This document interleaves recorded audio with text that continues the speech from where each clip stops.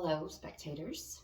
My name is Ashley. I am a survivor, I guess you would say, of a 15-year relationship with in the last 2 years, discovered, just newly discovered, sociopath. So, in other words, for 15 years, this person had me completely fooled. So, this is the start of my channel. And I truly hope that this not just benefits other people, because God knows we're definitely a society that likes doing this, watching other people's testimonies and listening and learning, which is great. But I've got to be honest. There's a little side of me that's actually, it's probably the bigger side. I'll just be honest. It's the bigger side. I do not think that what has happened to me has ever happened to anybody. And so that birthed this idea that I would start a channel. Pretty much not just, how all the other people are, put your comments down below. No, I want to actually be challenged. I want people to reverberate with their story, give me their testimony that might be similar, or maybe they might think it's worse. It's almost like a one-up, but at the same time, I want to prove that no one has been through what I have encountered in these last 2-3 years. Truly, it's something that is not written in books. It's not in a movie. I've never heard of it being. I didn't even know it. The whole out of sight, out of mind. You don't know it until you. Yeah, this is Murphy's Law in a relationship, all at once. But rather than giving you the hypothesis of it, let me just get right into it, okay? So I've divided these up into 3 phases. The first phase, that's when the cheating is discovered, the discovery, the betrayal, facing your new reality, obsession with who it was with, and forced to come through just to find audible enough evidence. I will elaborate here shortly. Oh, the gaslighting, denial, probably should have come before that last part, but which leads up to that point. So yeah, the cheating, discovery, betrayal, facing reality, obsession with who it was with.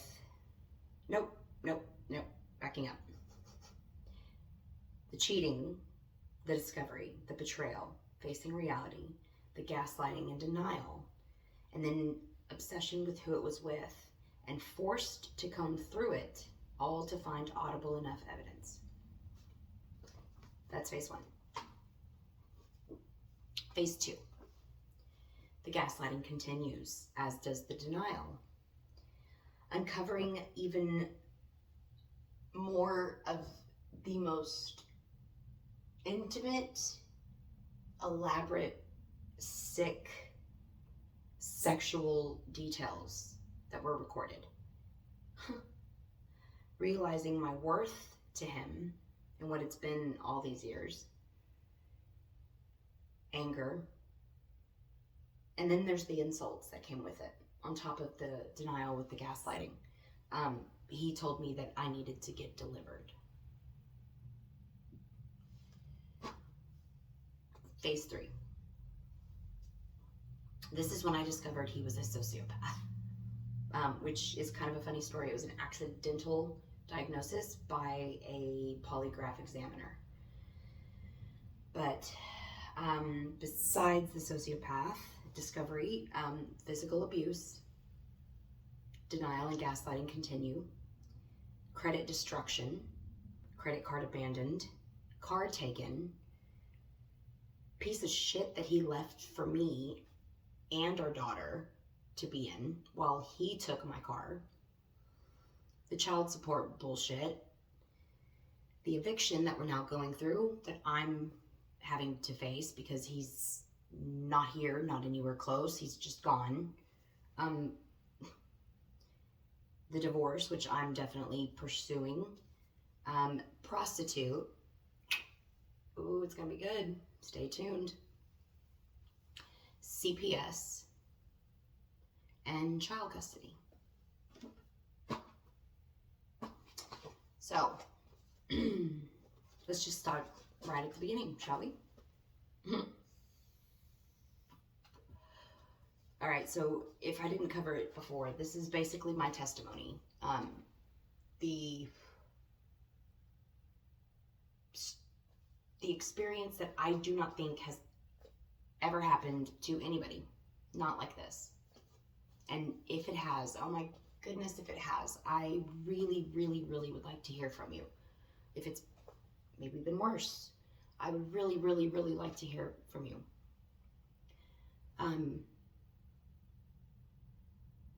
But I truly don't think this has ever been done to anybody. Okay. So let me just start off by saying, usually when an affair takes place, or infidelity, cheating, you know, whatever, whether you're married or not, the worst case scenario most of the time people imagine is the visual, walking in on it. And that, yeah, I could imagine that's pretty bad. I don't even, I would see red. So I have no idea. What all that entails, the visual of walking in on the act. That, I don't even know. But anyways, everyone knows that that'd be the worst case scenario, hypothetically. Let's just say that we all agreed on that. That it usually stops at that point. Like, the cheating spouse and the other person don't keep doing it, and you sit back and go pop some popcorn and put on your robe and slippers and pull up a chair and lean back and watch. I mean, in some circles, but that's a pre-discussed agreement thing, so it's not really a betrayal in this sense. The point is it doesn't continue.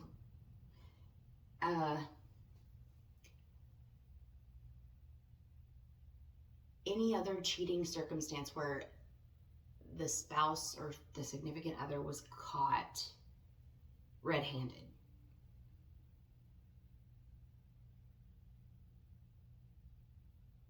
I've never heard of anybody who had to, or felt as though they were, I've never encountered anybody, fiction or nonfiction, who has endured thousands of hours of listening to the act take place over and over and over, and over again, over the course of 2 years. Not for enjoyment, not because they get off on it, but simply because of that whole denial and gaslighting thing. So I had put a recorder in the car, and he and I had both actually tried looking for it at separate times. I actually told him that I had put it in there, which is even more just stupid on his part. So he knew it was in the car, which is even more proof that he is a sociopath, because it was the excitement that he was hoping to get away with it, and the excitement that came with it. Because no one in their right mind would ever do that in the car when they knew that there was a recorder. Oh, and he totally knows it. There's shushing. They're all whispering. And when I say all, I'll elaborate on that here shortly. But so yeah, I put a recorder in the car, and it captured over 230-minute recording sessions back to back. I thought that I had done it where it's activated with sound, but I actually activated it to where it was just it just kept going. And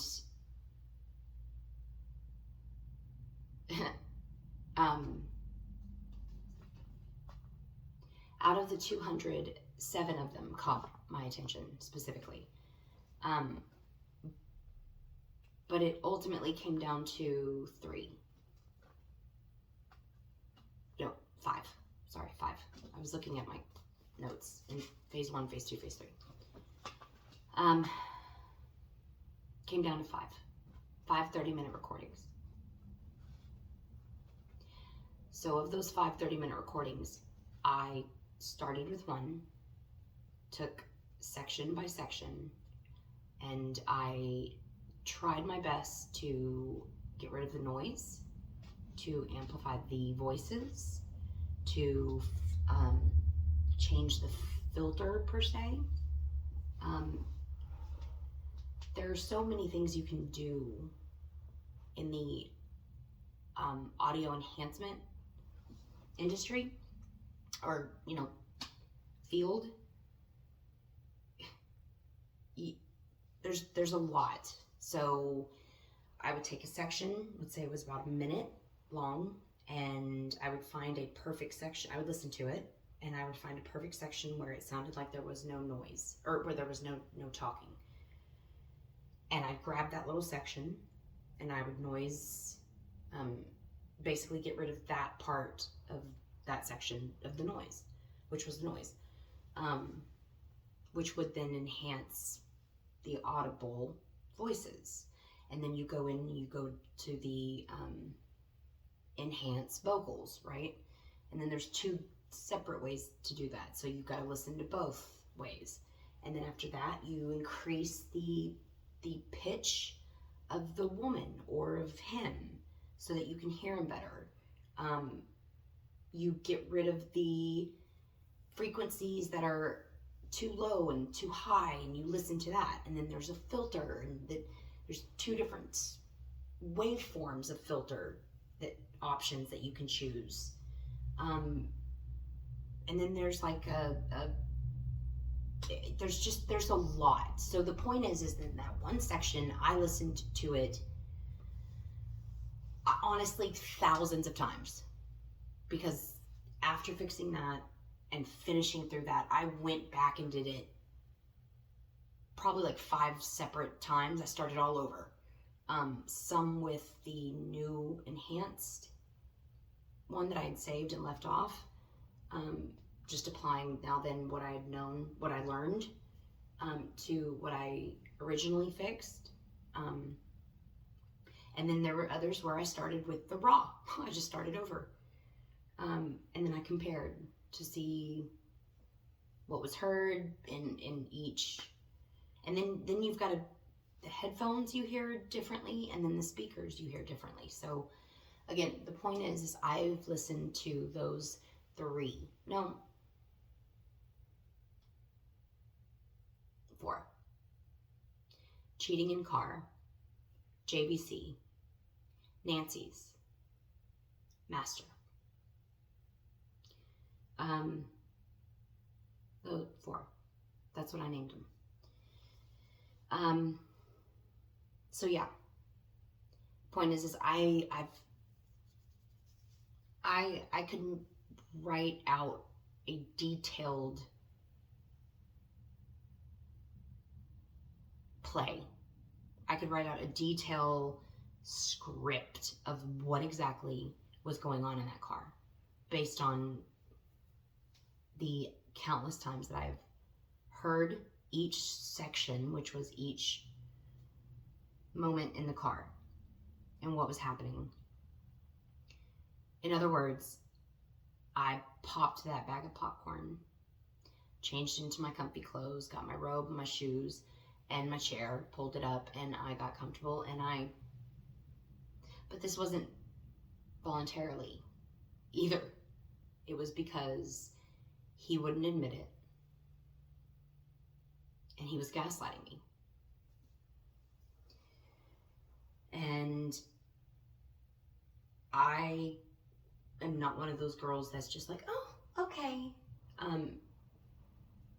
Even if it's the harder route in life, and it has been, I will not stand for that, period. And I think he underestimated that integrity, I guess, of me. I'm not sure, or value system, I don't even know, ethic, moral code.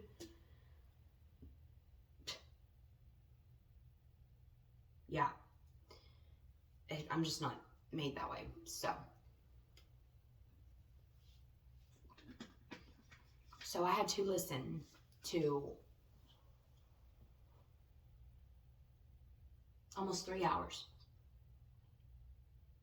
of sexual infidelity that my husband partook in my car with not one, but 2 women. One, I know, they've been friends for years. She became a problem later on in life between him and me, and not because of jealousy or anything, but because they were being very secretive with each other via email, and she had sent him pictures, explicit pictures, during a time that he and I we were rocky, but we weren't over. And the email address was only you and I know at Gmail or Yahoo or whatever it was. It was starred. That's how I found it. Opened it up, and there were pictures of her hoo-ha and her playing with it, with a toy, and poses in lingerie. Like, so the tackiness of that, and her supposed to be his friend, which they clearly were much more than that. I just thought it was disgusting. So, the lack of respect too, I don't know. You know, like they say that men have codes. I mean, I think for the most part y'all do. Women, I don't think do, and I think we should. I think if anybody had freaking codes, it should be women.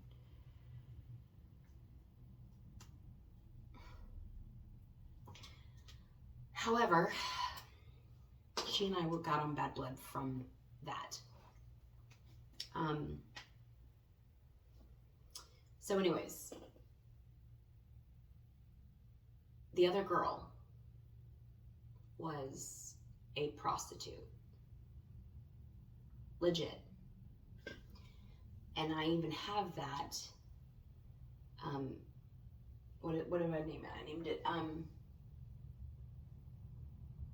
Talking Business. Because you can hear them outside of the car talking about what all she does and her giving them a price. Yeah. And they do this in my car. They do the act in my car. While I'm home with our baby.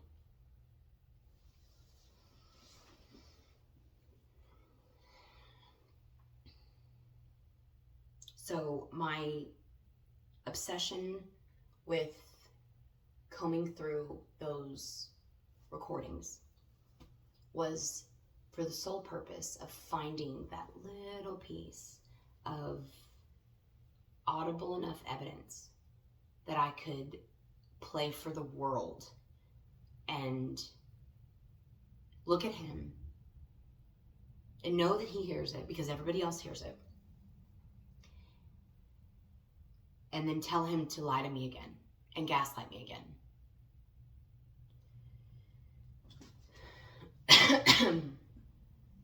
It's more satisfying in my head.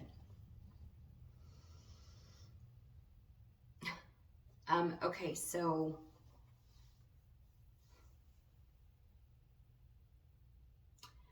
the cheating, the discovery, the betrayal, right?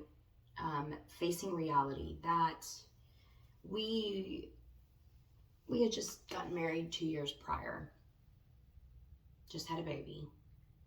I was actually unsure if I wanted to have the baby with, I didn't want to have a child with him. I was very hesitant. What do you know?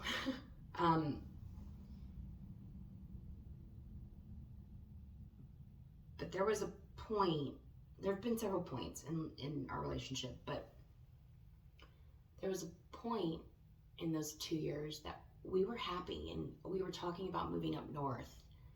And I actually saw, it had been the closest I'd ever been to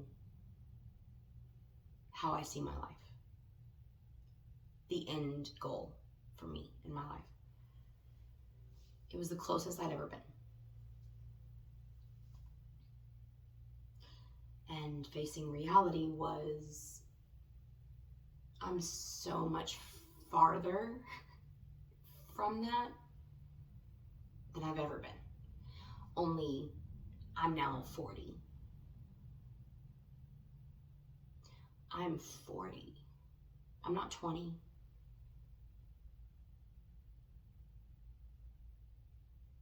I'm 40. And not only am I getting another divorce, second divorce,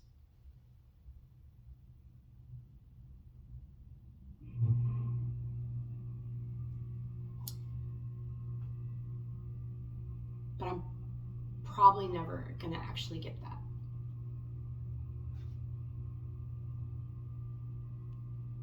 And that's really sad because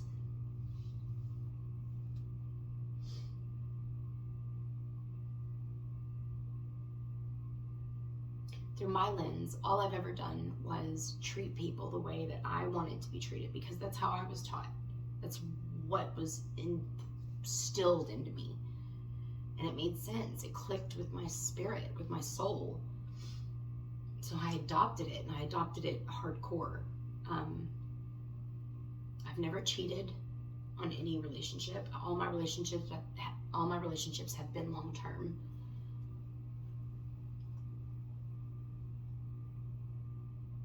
I'm not a sneaky person, a deceptive person.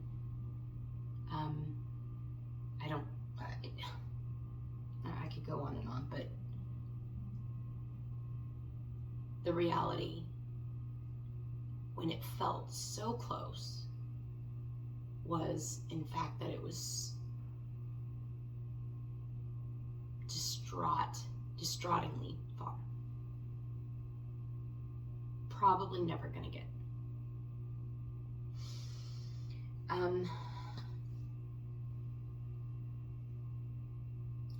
So the next thing would have been the gaslighting and denial, which would have led into the obsession with who it was with and forced to come through to find the audible evidence. So that's phase one of what I experienced in my testimony.